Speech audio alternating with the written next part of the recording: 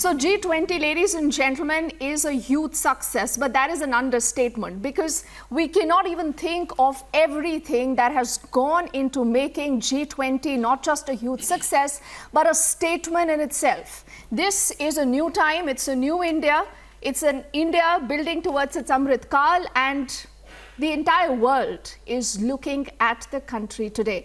And one of the persons responsible also for driving a lot of this conversation, someone who's been very instrumental in making sure that we are talking of a huge deal, as Joe Biden also said, is the Union Minister for Railways, Communications, Electronics and IT, Ashwini Vaishnaw ji, who's joining us on Republic.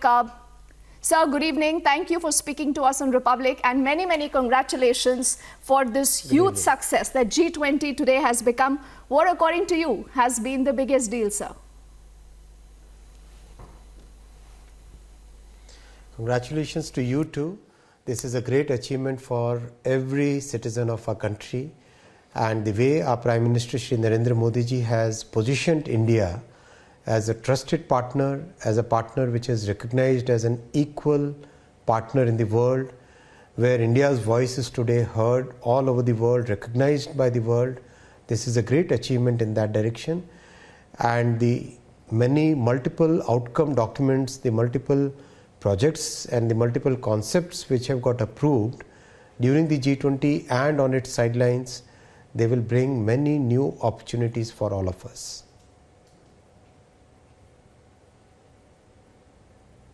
And Ashwini ji, you are a man of few words, but clearly, you know, we've seen the way you've transformed railways. Now, one very, very important highlight of this entire G20, sir, is the India, Middle East, Europe Economic Corridor. Many say that that is the India's response to the BRI, and perhaps India and a large part of the world today staring at both Pakistan and China. But, you know, leave aside the politics. I want to understand that what do you believe is going to be the highlight of this project? Why do we need this at this time? And how is this different from a BRI that Beijing is wanting to construct? Our Prime Minister had a very clear vision that India, Middle East and Europe, we share many common values. There are many common thought processes which drive us, and we have a clear economic alignment. That's why he came out with this concept where from the west coast ports of India, from the ports of Gujarat, ports of Maharashtra, Goa, Karnataka and Kerala, can we create a seamless connectivity all the way to Europe? And that's how this project was conceived by him, and today it has been accepted, it has been actually signed by all the key stakeholders. And it gives me a lot of satisfaction that this particular project will create seamless connectivity using shipping and rail as the two modes by which the distance between Europe and India will significantly reduce by thousands of kilometers. This will improve trade between India and Europe and Middle East and create many new opportunities. If we go from the west coast of India to the ports of Middle East, then from UAE and Saudi Arabia all the way to Jordan and then to Europe, we can create a and in fact in this project we will be creating a seamless corridor by which goods can be transported, a very significant high bandwidth communication layer will be part of this project, because all along the right of way a very high bandwidth communication cable will be installed, and once we have the right of way, then you can also do gas pipeline, you can do other utilities which require a clear right of way. So this project in multiple ways will be opening new opportunities for Bharat, for Middle East and for Europe. And this is backed by US. In a sense, once we go from India to Europe, then crossing the Atlantic, we can reach US. So in that sense, this is a very important project economically. From the political point of view, this is significantly different from BRI. BRI always came with tons of debt. BRI came with lots of conditions. Whereas in this case, our Prime Minister's vision right from the beginning was whatever the country requires, the project should be tailored according to that.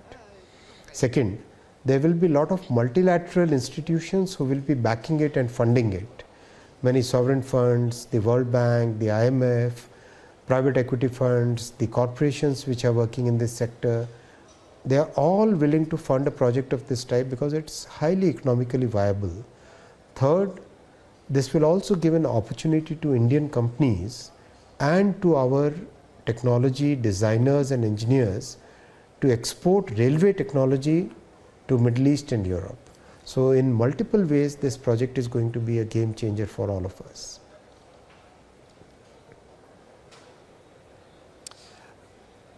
Minister Vaishnaw, this is Shavan this side. The question that I want to ask you is with regards to a lot of speculation that was doing the round with the cabinet rank minister going to receive the Saudi king, the crown prince. It was almost like a giveaway that something big was coming. Also, the other part that I would like to know from you is with regards to the fact that bringing the United States of America and Saudi Arabia on the same table would have been a huge task. How was that possible?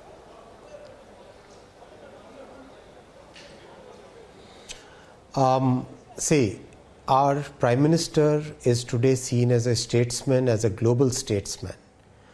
Today his voice is respected by every country and people are willing to come together, look at a common goal and achieve that goal because they trust our Prime Minister Modi ji. That's why this project could be envisaged and that's why this project is today a reality and that's why our common economic and political goals are getting aligned.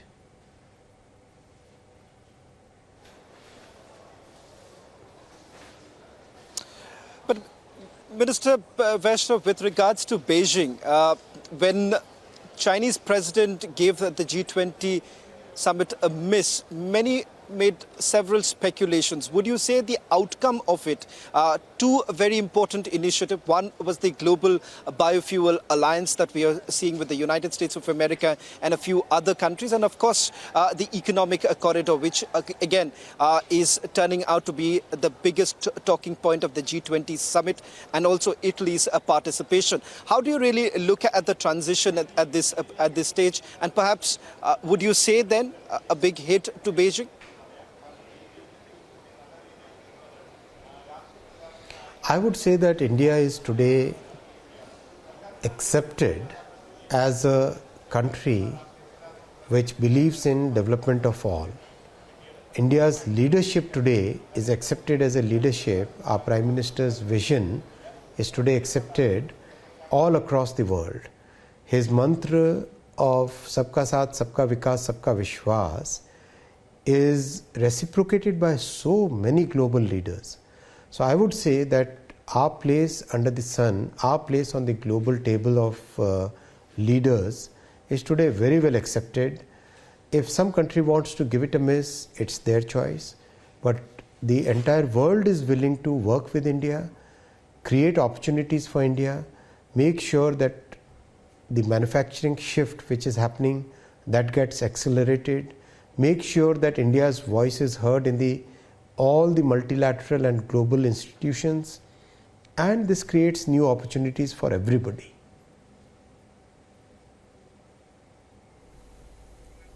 Okay, interesting that you speak about this because, I want Minister Sir to bring your attention back to what the Prime Minister said. The Prime Minister said we should respect territorial integrity and promote financial viability. This is again something that you just underscored rather than adding to the debt burden of nations. So a lot of our viewers have been asking, they've been really thrilled about this huge announcement that has been made in this G20.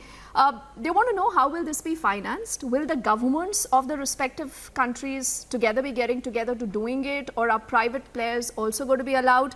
And what would be the highlights? Will we see bullet train types also running on this, considering that again has been a focus of the government, or this is going to be freight oriented, sir?